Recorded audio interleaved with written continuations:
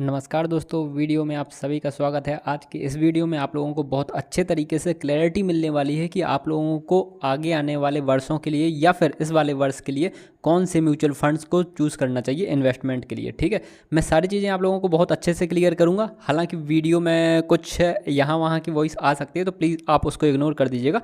ठीक है, मैं आप लोगों को सारी चीज़ें एलेबोरेट करने पर फोकस करता हूँ। ठीक है, तो यहाँ पर आप देखोगे ये एंजल वन मैंने ओपन कर रखा है। ठीक है, आप लोग ये वाली चीज़ किसी भी एप्लीकेशन के थ्रू कर सकते हो। ठीक है, मैं अभी आप लोगों को सिर्फ इतना बताना चाह रहा हूँ कि आप लोगों के लिए कौन से म्यूचुअल फंड्स बेहतर हो सकते हैं। ठीक है, अब आप उन म्यूचुअल फंड्स में किसी भी एप्लीकेशन के थ्रू इन्वेस्ट कर सकते हैं। ठीक है, वो चाहे ग्रो भी हो सकता है, अपस्टॉक भी हो सकता है, जीरोधा भी हो सकता है, आई एन डी मनी भी हो सकता है, एंजल वन भी हो सकता है, तो कोई सा भी इन्वेस्टमेंट एप्लीकेशन हो सकता है। ठीक है, तो यहाँ पे सिंपली अपन को नीचे जाना है। यहाँ पर आप देख सकते हो SIP विथ 100 रुपीज़ से जो स्टार्ट होते हैं म्यूचुअल फंड्स, क्या अपन को वो वाले चाहिए हैं? क्या SIP जिनमें 500 रुपये से स्टार्ट हो सकती है, वो वाले म्यूचुअल फंड्स छांटने हैं? क्या हाई रिटर्न्स वाले म्यूचुअल फंड्स अपन को छांटने हैं, या फिर इंडेक्स फंड्स अपन को छांटने हैं? तो अभी अपन को इन सारी चीज़ों में से कुछ नहीं देखना। अभी अपन नीचे देखेंगे तो एक्सप्लोर म्यूचुअल फंड्स, तो ठीक है, यहाँ पर आप लोगों के सामने सारे के सारे म्यूचुअल फंड्स आ जाएंगे, क्योंकि अभी अपन ने कोई भी फिल्टर नहीं लगा रखा। तो यहाँ पे व्यू ऑल फंड्स पर अपन सिंपली क्लिक कर देते हैं। ठीक है, तो यहाँ पर अब आप देखोगे कि सारे के सारे 3 ईयर रिटर्न्स के कंपैरिजन में जो सबसे ज़्यादा रिटर्न्स दिए हुए हैं जिन वाले म्यूचुअल फंड्स ने, वो लाइन से आ चुके हैं। ठीक है, और यहाँ पर आप लोगों को लगभग सारे म्यूचुअल फंड्स देखने के लिए मिल जाएंगे। आप जितना स्क्रॉल करते जाओगे सारे के सारे नीचे आते जाएंगे। ठीक है, यहाँ पर अभी कोई कैपिंग नहीं लगी हुई है कि ये स्मॉल कैप फंड है, ये मिड कैप फंड्स हैं, या फिर ये लार्ज कैप फंड्स हैं, या डेट फंड्स हैं। यहाँ पर कोई भी कैपिंग नहीं लगी हुई है, कोई भी फिल्टर नहीं लगा हुआ है। ठीक है, अब यहाँ पर आप देखोगे जो अभी की डेट में इंडिया में सबसे ज़्यादा important funds mutual fund house चल रहा है, वो है Aditya Birla Sun life PSU equity fund. ठीक है, यहाँ पर मिनिमम SIP 100 रुपीज़ से स्टार्ट हो जाती है। यहाँ पर आप देख सकते हो 3 ईयर रिटर्न्स, मतलब ये कंपाउंड रिटर्न्स है, ऐसा नहीं है कि 3 ईयर्स में इन्होंने मिला करके 43% दिया है। ठीक है, पर एनम रिटर्न्स दिख रहा है यहाँ पे, मतलब एक साल में आप लोगों को 43 मिलेगा, उसके बाद अगले साल फिर से उस वाले परसेंटेज का 43। मतलब अगर 100 रुपीज़ आपने पहले साल में इन्वेस्ट किया है तो आप लोगों को मिलेगा एक साल के बाद 143, और फिर अगले साल 143 पर 43%। ठीक है, तो इस तरीके से कंपाउंड एनुअल ग्रोथ रिटर्न्स दिखाते हैं। ठीक है, तो यहाँ पर सिंपली अपन इस पर क्लिक करके देख लेते हैं। यहाँ पर आप देखोगे कि ये इक्विटी फंड है बेसिकली। यहाँ पर आप इसका ग्राफ भी देख सकते हो कि अगर आप लास्ट के एक मंथ में इस वाले म्यूचुअल फंड ने लगभग 6% के आसपास के रिटर्न्स दिए हैं। लास्ट के 3 मंथ में इसने 9% के आसपास के रिटर्न्स दिए हैं। लास्ट के 1 ईयर में 94% के रिटर्न्स दिए हैं।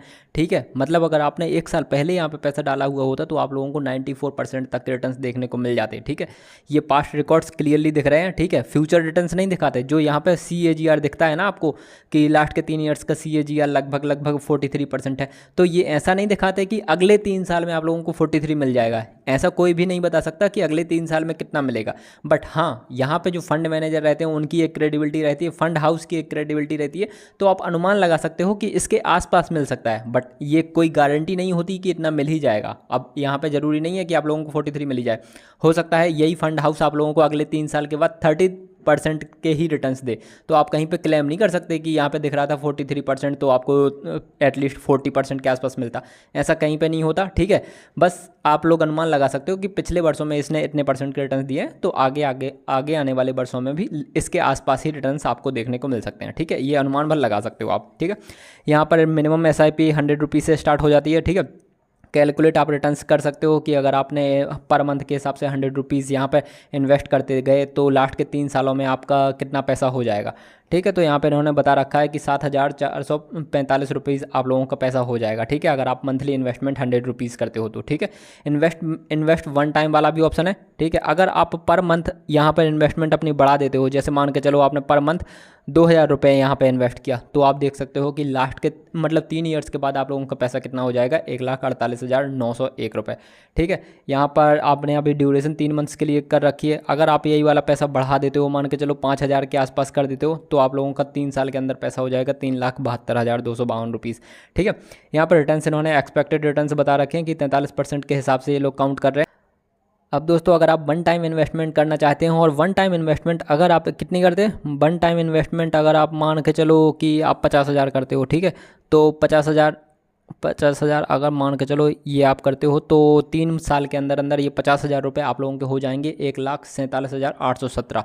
मतलब 3 साल के अंदर अंदर आपका पैसा ऑलमोस्ट 3 गुना हो जाएगा। ये तो बहुत ही अच्छी बात है। मतलब इसी के आसपास अगर एक्सपेक्टेड रिटर्न्स आप लोगों को मिल गए तो लगभग आप लोगों को 50,000 रुपये 3 गुना हो जाने वाला है। और अगर यहीं पर आपने बड़ी इन्वेस्टमेंट कर दी, मान के चलो 5 लाख के आसपास, ठीक है, मान के चलो हाँ 5 लाख, तो आप लोगों का यही पैसा हो जाएगा 14,78,000। मतलब 3 साल के अंदर अंदर आप लोगों के 5 लाख रुपए बन जाएंगे 14 लाख रुपए। आप अंदाज़ लगा पा रहे होगे कि ये कितना ज़्यादा पैसा हो जाता है। मतलब आप लोगों को 10 लाख रुपए मिल जाएंगे प्रॉफिट के तौर पर 3 साल के अंदर अंदर। मतलब आप लोगों की ऑटोमेटिकली एक सैलरी टाइप की बन जाएगी कि पर ईयर आप लोगों का लगभग 3.5 लाख या फिर 3 लाख के आसपास आ रहा है। मतलब मंथली लगभग 25,000 से 30,000 के आसपास की आपकी सैलरी फिक्स हो जाएगी अगर आप यहाँ पर 5 लाख रुपए इन्वेस्ट कर देते हो तो। ठीक है, ये फिक्स नहीं है बट एक्सपेक्टेड यही है। ठीक है, इसके बाद दोस्तों नीचे आते हैं तो आप लोगों को similar to this mutual fund देखने को मिल जाएगा। तो Aditya Birla Sun Life PSU equity fund के सिमिलर इन्होंने बता रखा है कि Quant infrastructure fund IDCW direct plan है। ठीक है, यहाँ पर मिनिमम SIP होती है लगभग 1,000 रुपये से, जबकि आदित्य बिरला में होती है 100 रुपये से। ठीक है, और यहाँ पर आप देख सकते हो कि 1,60,000 के आसपास लोगों ने आदित्य बिरला सन लाइफ वाले जो म्यूचुअल फंड्स है इसमें इन्वेस्टमेंट कर रखी है, जबकि क्वांट इंफ्रास्ट्रक्चर वाले फंड में सिर्फ 23,000 लोगों ने ही इन्वेस्टमेंट कर रखी है। ठीक है, तो इसको आप अगर डिटेल्ड कंपैरिजन देखना चाहें तो व्यू डिटेल्ड कंपैरिजन वाले ऑप्शन पे जाकर के देख सकते हो। ठीक है, मैं यहाँ पर आप लोगों को अदर इन्फॉर्मेशन दिखा देता हूँ कि इस वाले जो ये म्यूचुअल फंड है इसकी उम्र अभी के डेट में 4 साल हो चुकी है। मतलब 4 साल पुराना ये म्यूचुअल फंड है। ये म्यूचुअल फंड लगभग 4,711 करोड़ रुपये मैनेज कर रहा है। ठीक है, लॉक इन पीरियड बिल्कुल भी नहीं है। बेसिकली आप जब अपना पैसा निकालना चाहें यहाँ से निकाल सकते हैं, पर एग्जिट लोड लगभग 1% के आसपास है। तो एग्जिट लोड का सिंपल सा मतलब ये होता है कि जिस दिन भी आपने इस वाले फंड हाउस में इन्वेस्ट करने की कोशिश करी और आप लोगों को कुछ यूनिट्स अलॉट हो गई इस फंड हाउस की, तो उस डेट के बाद अगर 30 दिनों के अंदर अंदर ही आपने यहाँ से अपना सारा पैसा विड्रॉ करना चाहा तो यहाँ पर आप लोगों को एग्जिट लोड 1% का लग जाएगा। मतलब टोटल वैल्यू का 1% ये फंड हाउस ले जाएगा। भले ही उतने एक मतलब 15 से 20 दिनों के अंदर ही निकालने की कोशिश करी या 1 महीने के अंदर निकालने की कोशिश करी, तो अगर उतने टाइम में अगर इस फंड हाउस से आप लोगों को 5% या 6% के रिटर्न्स मिल रहे होते हैं तो टोटल का 1% ये लोग रख लेंगे आपका। ठीक है, बेसिक ये मतलब ये होता है एग्जिट लोड का। एक्सपेंस रेशियो 0.45% का मतलब ये होता है इंक्लूसिव ऑफ GST। तो बेसिकली अगर ये फंड हाउस आप लोगों को 43% का रिटर्न्स दे रहा है एनुअल बेसिस पर, ठीक है, तो लगभग आप ये मान लीजिएगा 0.45% कम होता है। ठीक है, 0.45% कम होता है क्योंकि 0.45% ये म्यूचुअल फंड हाउस आप लोगों का ले लेंगे, यूज़ कर लेंगे, क्योंकि उनको भी अर्निंग करनी होती है। तो उतने परसेंट में से 0.45% वो लोग अपने लिए रख लेंगे। ठीक है, आप बेसिकली इतना समझ लीजिए। और टैक्स इम्प्लीकेशंस क्या होते हैं? तो टैक्स इम्प्लीकेशंस बेसिकली ये होते हैं कि अगर आप इस वाले फंड हाउस से 1 साल के अंदर अंदर पैसा निकाल लेते हो तो आप लोगों को 15% गेन और टैक्स लगेगा। बेसिकली 15% टैक्स ऑन गेन्स लगेगा, कैपिटल गेन। तो जितना फ़ायदा बेसिकली आप कमाओगे, मान के चलो 1 लाख रुपए आपने इन्वेस्टमेंट कर रखी हो और 1 साल के अंदर अंदर पैसा निकाला और एक साल के अंदर अंदर इस पर 50% के रिटर्न्स बने, मान के चलो तो 50,000 रुपये बने, तो 50,000 का 15% आप लोगों को लग जाएगा। ठीक है, वहीं पर अगर आप इस वाले म्यूचुअल फंड हाउस से 1 साल के बाद पैसा निकालते हो तो आप लोगों को कैपिटल गेन का 10% टैक्स ही लगेगा। ठीक है, तो ये चीज़ है। इसके बाद आप फंड मैनेजर के बारे में जानना चाहो तो जान सकते हो। यहाँ पे विनीत मालो हैं इनके फंड मैनेजर, तो आप इनके बारे में गूगल कर सकते हो, रिसर्च कर सकते हो इनके ऊपर। ठीक है, अगर आप बहुत ज़्यादा डिटेल से और बहुत ज़्यादा पैसा लगाना चाहते हो तो एक एक चीज़ रिसर्च कीजिएगा। ठीक है, अगर आप छोटा पैसा लगाना चाहते हो तो डेफिनेटली आप लोग फिर कम रिसर्च के साथ में जा सकते हो, बहुत ज़्यादा रिस्क नहीं रहता। ठीक है, अगर आप डायरेक्टली इक्विटीज़ में इन्वेस्ट करते हो तो थोड़ा रिस्क ज़्यादा बढ़ जाता है, बट फंड मैनेजर्स के थ्रू अगर आप करते हो तो रिस्क कंपेरेटिवली कम रहता है। ठीक है, ऐसा नहीं है कि बिल्कुल नहीं रहता। ठीक है, इसके बाद आप रिस्क एंड रेटिंग पर जाते हो तो यहाँ पे काफ़ी सारी एजेंसीज़ हैं जो म्यूचुअल फंड हाउस को रेटिंग्स देती हैं कि किस लेवल का ये म्यूचुअल फंड है। तो क्रिसिल ने यहाँ पर कोई रेटिंग नहीं दे रखी, मॉर्निंग स्टार ने भी नहीं, वैल्यू रिसर्च ने भी नहीं, और एंजल वन ने भी कोई रिसर्च नहीं दे रखी। और यहाँ पर दिख रखा है क्लियरली कि your investment will be at very high risk, क्योंकि ये स्मॉल कैप फंड्स में लगाते हैं पैसा बहुत ज़्यादा रिटर्न्स जनरेट करने के लिए, तो इसी वजह से दिखता है कि ये काफ़ी रिस्की इन्वेस्टमेंट हो सकती है, और इन जनरल होती भी है। इसी वजह से इनके जो रिटर्न्स हैं ना वो काफ़ी हद तक फ्लक्चुएट करते रहते हैं। ठीक है, यहाँ पर आप देख सकते हो फंड होल्डिंग। तो इस फंड हाउस ने कहाँ कहाँ पर पैसा लगा रखा है, तो यहाँ पे क्लियरली आपको देखने को मिल जाएगा कि कौन कौन से सेक्टर्स में पैसा लगा रखा है। बैंकिंग सेक्टर में इन्होंने 23% पैसा लगा रखा है। मतलब टोटल अगर 100% पैसा इनके पास जा रहा है ना, आपके मेरे जैसे सारे लोग मिल करके यहाँ पे 100 रुपये या फिर 500 या फिर जितना पैसा भी लगाते हैं सब लोग, ठीक है, तो उन सबके पैसे का लगभग 23% तो बैंकिंग सेक्टर में गया हुआ है। पावर सेक्टर में इन्होंने 14% पैसा लगा रखा है। गैस सेक्टर में इन्होंने 8.94% का, ठीक है। यहाँ पर आप देख सकते हो सारी की सारी चीज़ें कि कौन कौन से सेक्टर में कितना कितना पैसा लगा रखा है। मिनरल्स एंड माइनिंग में इन्होंने 4% का पैसा, पेट्रोलियम प्रोडक्ट्स में 4% का पैसा। तो सारी चीज़ें आप देख सकते हो, व्यू वॉल में जाकर के और ज़्यादा डिटेल से देख सकते हो। टॉप होल्डिंग यहाँ पर आप अगर आप कंपनी के थ्रू जाते हो तो आप देख सकते हो STB ऑफ इंडिया, तो स्टेट बैंक ऑफ इंडिया में इन्होंने लगभग 10.14% हिस्सेदारी खरीद रखी है, मतलब वहाँ पर पैसा लगा रखा है।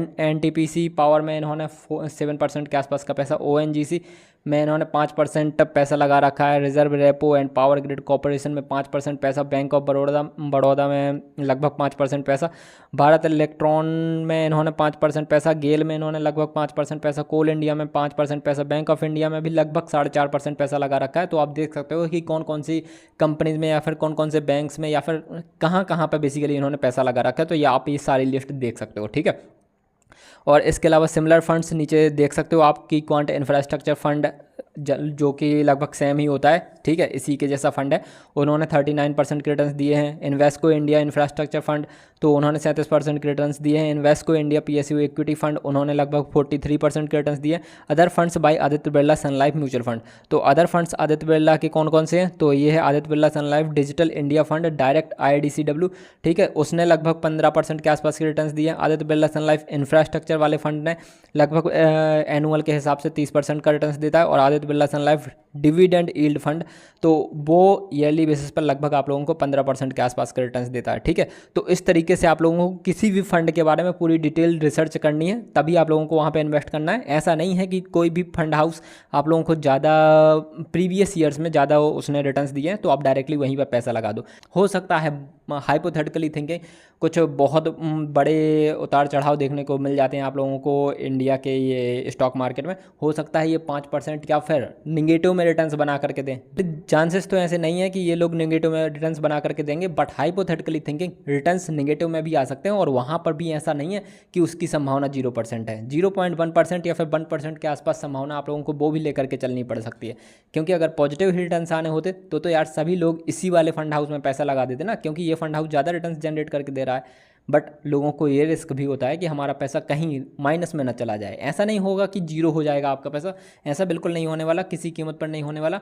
बट हाँ, नेगेटिव में तो पैसा फिर भी जा सकता है ना। अगर आपने 100 रुपये लगाए, हो सकता है वो 100 रुपये आपके 90 हो गए अगले 3 सालों में, बट इसके चांसेस बहुत कम रहते हैं, बहुत ही ज़्यादा कम बेसिकली मैं ये कह सकता हूँ, ठीक है। तो डेफिनेटली आप लोगों को देखना है कि अपनी सहूलियत के हिसाब से आप कहाँ पे इन्वेस्ट कर सकते हो, ठीक है। बट रिसर्च आप लोगों को बिल्कुल इसी तरीके से करनी है, सारी चीज़ों को जानना है, ठीक है। इसके अलावा ICICI प्रूडेंशियल भारत 22, ये वाला फंड हाउस भी काफ़ी ज़्यादा फेमस है, आप इसके बारे में रिसर्च देख सकते हो, ठीक है। यहाँ पर मिनिमम इन्वेस्टमेंट 1000 होती है, ठीक है। यहाँ के आप देख सकते हो 42% एनुअल रिटर्न्स रहते हैं इसके एनुअल बेसिस पर। लास्ट के 5 वर्षों में यहाँ पर आप लोगों को 25% के एनुअल रिटर्न्स देखने को मिल जाते हैं, ठीक है। लास्ट के 3 सालों में ऑफकोर्स 42 है, बट ऑल टाइम देखोगे तो ऑल टाइम में 22.50% के रिटर्न्स। मैंने वही चीज़ आप लोगों से कही है कि ज़रूरी नहीं आप लोगों को अगर 42 दिख रहा है लास्ट के 3 वर्षों का कंपाउंड एनुअल ग्रोथ रेट, तो उतने के आसपास ही मिलेगा। यहाँ पर आप देख सकते हो कि लास्ट के 5 सालों में और ऑल टाइम के हिसाब से लगभग आप लोगों को एनुअल बेसिस पर 22% के आसपास ही रिटर्न्स देखने को मिलते हैं, जबकि ये बहुत फेमस फंड है, ठीक है। तो यहाँ पर भी आप कैलकुलेट कर सकते हो कि अगर आप मंथली बेसिस पर 1000 रुपये डालते हो तो वो पैसा 3 सालों में कितना हो जाएगा, तो 73,000 हो जाएगा। अगर आप इन्वेस्ट 1 टाइम करते हैं एंड 1 टाइम के हिसाब से आप लगभग 5 लाख रुपये ही इन्वेस्ट कर देते हो तो 14,48,000 आप लोगों का पैसा हो जाएगा, ठीक है। ये लोग 42% एनुअल रिटर्न्स के हिसाब से आप लोगों को टोटल रिटर्न्स दिखा रहे हैं, ठीक है। यहाँ पर भी आप लोग देख सकते हैं similar to this mutual fund, तो व्यू डिटेल्ड कंपैरिजन, तो आप देख सकते हो इसके जैसा एक Nippon India Nifty 50 junior 20 fund है, तो वहाँ पर मिनिमम इन्वेस्टमेंट 100 रुपीज़ की होती है, वहाँ पर 20,000 लोगों ने इन्वेस्टमेंट कर रखी है, जबकि यहाँ पर ICICI प्रूडेंशियल में बेसिकली 29,000 लोगों ने इन्वेस्टमेंट कर रखी है। ठीक है, अदर इन्फॉर्मेशन में अगर आप जाओगे तो इस फंड की उम्र लगभग 6 साल हो चुकी है। मैंने बताया आप लोगों को ये काफ़ी ज़्यादा फेमस फंड है। ठीक है, 6 साल से है अभी मार्केट में। और एसेट अंडर मैनेजमेंट कितना है इस फंड हाउस के अंदर, तो 1,362 करोड़ रुपए ये वाला फंड हाउस मैनेज कर रहा है। ठीक है, लॉक इन पीरियड यहाँ पर भी बिल्कुल नहीं रहता। ठीक है, और एक्सपेंस रेशियो इस वाले फंड हाउस का बहुत कम है, और ये काफ़ी अच्छी चीज़ है। ठीक है, अगर लॉन्ग टर्म इन्वेस्टमेंट करते हो तो एक्सपेंस रेशियो ऑफकोर्स देख लिया करो। ठीक है, क्योंकि अगर 42% दिखा रखा है तो अंत में आप लोगों को मतलब 0.12% के कम रिटर्न्स ही देखने को मिलेंगे। इतना परसेंट रिटर्न्स ये लोग अपने पास रख लेंगे। ठीक है, टैक्स इम्प्लीकेशंस वही रहने वाले हैं। ठीक है, फंड मैनेजर यहाँ पे कौन से हैं, तो कायजाद एग्लिम, तो आप इनके बारे में भी रिसर्च कर सकते हो। ठीक है, रिस्क एंड रेटिंग के हिसाब से क्रिसिल ने NA and morning star NA, but value research ने यहाँ पे 1 स्टार की रेटिंग दे रखी है, वेरी हाई है। ठीक है, बेसिकली जो लोग स्मॉल कैप फंड्स में इन्वेस्ट करते हैं या फिर 35% से ज़्यादा के रिटर्न जितने भी म्यूचुअल फंड हाउस आप लोगों को दे रहे हैं, तो आप उनको वेरी हाई रिस्क की कैटेगरी में रखेंगे। ठीक है, अगर कोई जो ये रेटिंग एजेंसियां अगर ये लोग उनको रेट नहीं भी करते हैं तो भी आप मान के चलिएगा कि ये हाई रिस्क की इन्वेस्टमेंट है आपकी। दोस्तों, आप इस वाले फंड हाउस के फंड होल्डिंग जरूर देख लीजिएगा। सिमिलर फंड्स आप देख सकते हो कि कोटक मल्टी एसेट एलोकेटर, जिसने 21% के एनुअल रिटर्न्स देता है। निपॉन इंडिया निफ्टी नेक्स्ट 50, तो ये एनुअल बेसिस पे 24% के रिटर्न्स देता है। और ICICI prudential passive strategy fund, तो ये कंपाउंड एनुअल ग्रोथ रेट लगभग इसकी पर ईयर बेसिस पे 20% के आसपास रहती है। Other funds by ICICI prudential mutual fund, तो आप अदर फंड्स देख सकते हो ICICI प्रूडेंशियल के, तो ये है 41% के आसपास रिटर्न्स दे रहा है। ICICI prudential small cap fund direct plan, तो वहाँ से आप लोगों को एनुअल बेसिस पे 26% के रिटर्न्स देखने को मिलते हैं। और ICICI prudential manufacturing fund direct plan, तो वहाँ पर आप लोगों को एनुअल बेसिस पर 33% के रिटर्न्स देखने को मिलते हैं। ठीक है, तो इसके बाद अपन एक और फंड हाउस देख लेते हैं जिसमें ऑलरेडी मैंने भी इन्वेस्टमेंट कर रखी है। ठीक है, तो एक तो मैंने कोटक में ऑलरेडी लगा रखा है पैसा। ठीक है, इसके अलावा एक HDFC स्मॉल कैप फंड होता है, तो वहाँ पर भी मैंने थोड़ा पैसा लगा रखा है। यहाँ पर इन्होंने बता रखा है कि फिल्टर बाई एसेट क्लास, तो मैंने तो देखो इक्विटी मार्केट में लगा रखा है, वो भी स्मॉल कैप, क्योंकि मेरी रिस्क लेने की क्षमता काफ़ी अच्छी है। मैं मानता हूँ कि अगर किसी बार नेगेटिव में भी मुझे रिटर्न्स मिलते हैं तो कोई समस्या नहीं है, but I want more returns. ठीक है, तो आप अदरवाइज़ बहुत जो सिक्योर फंड्स होते हैं आप उन पर जा सकते हो। ठीक है, लार्ज कैप फंड्स में आप जा सकते हो। ठीक है, तो आपको अपनी अपनी रिस्क एपेटाइट के हिसाब से देखना है कि आप कितना रिस्क बियर कर सकते हो। ठीक है, तो बट मैंने तो HDFC स्मॉल कैप फंड्स में लगा रखा है, तो मैंने HDFC के हिसाब से यहाँ पर कर दिया। तो अब यहाँ पे सारे के सारे HDFC के हिसाब से आप लोगों को सारे फंड्स आ गए हैं कि HDFC के कौन कौन से फंड्स हैं। तो आप यहाँ पर देख सकते हो कि HDFC के इतने सारे फंड हैं। मैंने already HDFC small cap fund में लगा रखा है। मिनिमम SIP यहाँ पे 100 रुपीज़ से स्टार्ट हो जाती है। मैं आप लोगों को ये दिखा भी देता हूँ। ठीक है, तो यहाँ पर आप देख सकते हो कि इस लास्ट के 3 ईयर्स का कंपाउंड एनुअल ग्रोथ रेट यहाँ पर 27% का रहा है। लास्ट के 5 सालों में 28% का रहा है। लास्ट के 1 ईयर में 43% का रहा है। लास्ट के 6 मंथ में 17% एंड लास्ट के 3 मंथ में 10% के रिटर्न्स एंड लास्ट के 1 मंथ में 6% का रिटर्न्स रहा है। ठीक है, तो आप अगर ऑल टाइम में देखोगे तो 21% के एनुअल रिटर्न्स यहाँ पर मिलते हैं। ठीक है, मिनिमम SIP यहाँ पर 100 रुपीज़ से स्टार्ट हो जाती है। कैलकुलेट अगर आप रिटर्न्स करोगे तो अगर आपने यहाँ पर 5 लाख रुपए, यहाँ पर बेसिकली अगर आप लोगों ने मंथली इन्वेस्टमेंट 10,000 की करी, मतलब मंथली इन्वेस्टमेंट बेसिकली SIP अगर आप लोगों ने 10,000 की करी तो 3 सालों में आप लोगों का पैसा हो जाएगा 5,67,000 रुपये। ठीक है, अगर आपने वन टाइम इन्वेस्टमेंट यहाँ पर करी लगभग 5 लाख की तो आप लोगों का पैसा हो जाएगा 10,47,355 रुपये। ठीक है, यहाँ पर आप सिमिलर फंड्स देख सकते हो कि quant small cap fund and HDFC small cap fund, तो यही है। ठीक है, अदर इन्फॉर्मेशन में अगर आप जाओगे तो इस फंड की उम्र हो चुकी है 11 साल, मतलब 11 साल से ये वाला फंड हाउस मार्केट में है, तो काफ़ी अच्छी क्रेडिबिलिटी हो। और इस फंड हाउस के अंदर आप एसेट मैनेजमेंट देख सकते हो कि एसेट अंडर मैनेजमेंट कितना है, मतलब 29,000 करोड़ ऑलरेडी इस वाले फंड हाउस में लोगों ने इन्वेस्टमेंट कर दिए।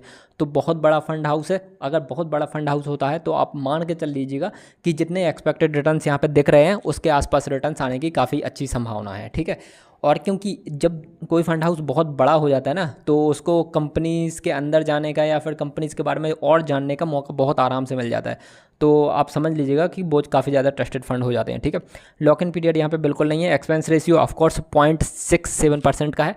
और यहाँ पे विड्रॉल विद इन 1 ईयर्स, तो यहाँ पर इन्होंने टैक्स बता रखे हैं कि टैक्स अगर 1 साल के अंदर अंदर आपने अगर पैसा निकालिए तो 15% का टैक्स लगेगा ऑन कैपिटल गेन, और अगर 1 साल के बाद निकाला तो 10% टैक्स लगेगा ऑन कैपिटल गेन। ठीक है, फंड मैनेजर यहाँ पर चिराग सेतालवाद है। ठीक है, बेसिकली हो सकता है मुझसे नाम लेने में कुछ गलती हो रही हो, क्योंकि मैं इनसे डेली मिलता जुलता थोड़ी रहता हूँ, या फिर ये मेरे दोस्त तो हैं नहीं, तो ऑफकोर्स नाम में कुछ हो सकता है अंतर अंतर, ठीक है। बट फंड मैनेजर यही हैं जो आप लोगों की स्क्रीन पे दिख रहे हैं, ठीक है। इसके अलावा रिस्क एंड रेटिंग देख सकते हैं, तो क्रिसिल ने यहाँ पर 2 स्टार की रेटिंग दे रखी है, मॉर्निंग स्टार ने 3 स्टार की रेटिंग दे रखी है, एंड वैल्यू रिसर्च ने 3 स्टार की रेटिंग दे रखी है। एंजल वन के अकॉर्डिंग ये 7th in small cap fund category है, ठीक है। स्मॉल कैप फंड कैटेगरी में 7th रैंक इसकी आती है। Your investment will be at very high risk, हाँ तो ये तो रहेगा, मैंने पहले बताया आप लोगों को कि जहाँ पर भी आप लोगों को रिटर्न्स थोड़े ज़्यादा मिलेंगे तो सभी को ये लोग वेरी हाई रिस्क की कैटेगरी में रखते हैं। फंड होल्डिंग यहाँ पर आप देख सकते हो, फंड होल्डिंग सबसे इंपॉर्टेंट चीज़ होती है, वो जरूर देख लिया कीजिए। बैंक्स में इन्होंने लगभग 9% पैसा डाल रखा है, डेट अदर्स में इन्होंने 8% के आसपास पैसा डाल रखा है, कंस्ट्रक्शन वाले सेक्टर में इन्होंने 7% पैसा, and commercial services and supplies, health care services, आप देख सकते हो सारे के सारी जगह पर इन्होंने कितना कितना पैसा डाल रखा है, ठीक है। कुछ कंपनीज देख लेते हैं कि इन्होंने टॉप कौन सी कंपनीज में पैसा लगा रखा है। तो यहाँ पे बैंक ऑफ बड़ौदा में इन्होंने लगभग 4% का पैसा लगा रखा है, और इसके अलावा सोनाटा सॉफ्टवेयर में 2% का पैसा, health care services Aster DM health में इन्होंने 2% के आसपास पैसा लगा रखा है। कुछ कंपनीज तो ऐसी हैं जिनको मैं बहुत ज़्यादा डिटेल से जानता भी नहीं हूँ, ठीक है। यहाँ पर एसकेएफ इंडिया में इन्होंने लगभग 2% के आसपास का पैसा डाल रखा है। तो आप ये सारी चीज़ें देख सकते हो, और जिन कंपनीज में इन्होंने बहुत ज़्यादा पैसा डाल रखा होता है, मान के चलो कोई भी फंड हाउस है उसने किसी कंपनी में 8-10% का पैसा डाल रखा है, तो आप लोगों को उस वाली जो जिस कंपनी में डाल रखा है उस वाली कंपनी को भी देखना है कि वो कंपनी अपने आप में कैसा परफॉर्म कर रही है। क्योंकि अगर 8-10% किसी फंड हाउस ने एक कंपनी में पैसा डाल रखा है तो उस कंपनी की ग्रोथ पर भी, उस कंपनी की ग्रोथ का भी उस फंड हाउस पर बहुत असर देखने को मिलेगा। तो आप लोगों को ऑफकोर्स उस कंपनी के ऊपर भी रिसर्च करनी चाहिए, ठीक है। और सिमिलर फंड्स में आप देखोगे तो यही है, Invesco India small cap fund, Quant small cap fund, Canara Robeco small cap fund, and Nippon India small cap fund. तो आप देख सकते हो अगर उनको भी देखना चाहें, ठीक है। और other funds by HDFC mutual fund, तो आप ये देख सकते हो कि इतने सारे इनके तरफ से म्यूचुअल फंड्स हैं, आप उनमें डायरेक्टली इन्वेस्ट कर सकते हो अगर आप करना चाहो तो। मैंने बताया आप लोगों की कि कैसे टॉप के म्यूचुअल फंड्स आप छांट सकते हो। आप लोगों को बेसिकली सबसे इंपॉर्टेंट चीज़ यही है, आप लोगों को अपनी रिस्क एपेटाइट के हिसाब से बेहतर म्यूचुअल फंड्स छांटने हैं। कुछ 15% 20% वाले म्यूचुअल फंड्स भी आप लोगों के लिए बेहतर हो सकते हैं, कुछ 40% रिटर्न्स वाले म्यूचुअल फंड्स भी आप लोगों के लिए बेहतर हो सकते हैं। मैं अभी की डेट में काफ़ी अच्छी स्थिति में हूँ और मैं रिस्क लेना अभी पसंद करता हूँ, तो मैं रिस्क ले सकता हूँ, मुझे ज़्यादा फ़र्क नहीं पड़ता। अगर 100 की जगह मेरे पैसे 85 हो गए या फिर 100 की जगह मेरे पैसे 80 हो गए तो मुझे बहुत ज़्यादा फ़र्क नहीं पड़ता, बट मैं रिटर्न्स ज़्यादा एक्सपेक्ट करना चाहता हूँ, तो इसी वजह से मैं तो रिस्की म्यूचुअल फंड्स में ही पैसा लगाता हूँ। आप लोग देख लीजिएगा अभी आप कौन सी एज ग्रुप में बिलोंग करते हैं, आप लोगों के आगे के प्लान्स क्या हैं, आप लोग कितना पैसा लगाना चाह रहे हो, तो उस हिसाब से आप लोग सेफ़ से सेफ़ म्यूचुअल फंड्स में पैसा लगा सकते हो और रिस्की से रिस्की म्यूचुअल फंड्स में भी पैसा लगा सकते हो, ठीक है। बट पता होना चाहिए कि आप लोगों को यहाँ से रिटर्न्स कितने मिल सकते हैं और रिस्क कितना हो सकता है, ठीक है, उस हिसाब से, ठीक है। तो आई होप आप लोगों को वीडियो में दी हुई जानकारी पसंद आई होगी। इसके अलावा कुछ कंपनीज़ के ऊपर मैंने ऑलरेडी वीडियोज़ बना रखे हैं जिनके बारे में मैंने बताया था कि आप इन कंपनीज़ में पैसा लगा सकते हो अगर आप लगाना चाहो तो। उनको मैंने बताया था कि ये आगे बहुत अच्छा परफॉर्म करने की इनकी गुंजाइश है और उन्होंने प्रीवियस के कुछ महीनों में बहुत ही अच्छे रिटर्न्स दिए हैं। कुछ कंपनीज़ ने तो ऑलरेडी अपने इन्वेस्टर्स का पैसा डबल कर दिया है। उन 3-4 वीडियोज़ को मैं आप लोगों को एंड स्क्रीन में दे दूँगा, आप उन कंपनीज़ के ऊपर डिटेल्ड वीडियो जरूर देख लीजिएगा। अगर आप इंटरेस्टेड हैं इन्वेस्ट करने को तो कर भी सकते हो, ठीक है, मेरी सजेशन से बिल्कुल भी नहीं है, ठीक है। तो बस दोस्तों ये वाला वीडियो था नॉलेज पर्पज़ के लिए। आई होप आप लोगों को वीडियो में दी हुई जानकारी पसंद आई होगी। कोई डाउट या क्वेरी आप लोग कमेंट कर सकते हैं। वीडियो अच्छा लगा हो तो वीडियो को लाइक जरूर कर दीजिएगा अपने उन दोस्तों के साथ में जिनके लिए ये वाला वीडियो यूजफुल हो सकता है, उनके साथ में शेयर भी जरूर कर दीजिएगा। अपन मिलेंगे अगले वाले वीडियो में, आप लोग अपना ध्यान रखिएगा। Bye bye, take care.